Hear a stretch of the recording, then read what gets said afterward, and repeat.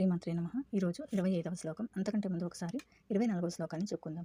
అచ్ఛేద్యోయమదాహ్యోయం అక్లేద్యో శోష్య ఏవ చ నిత్యః సర్వగతస్థాణుః అచలోయం సనాతనః.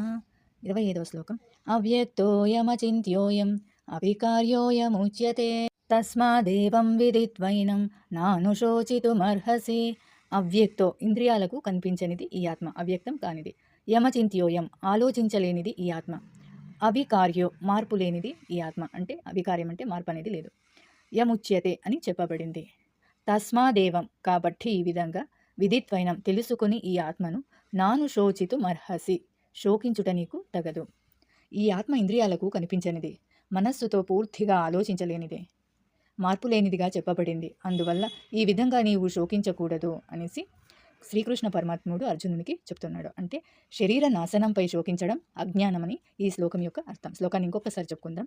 అవ్యక్తోయమచింత్యోయం అవికార్యోయముచ్యతే తస్మాదేవం విదిత్వైనం నానుశోచితుమర్హసి.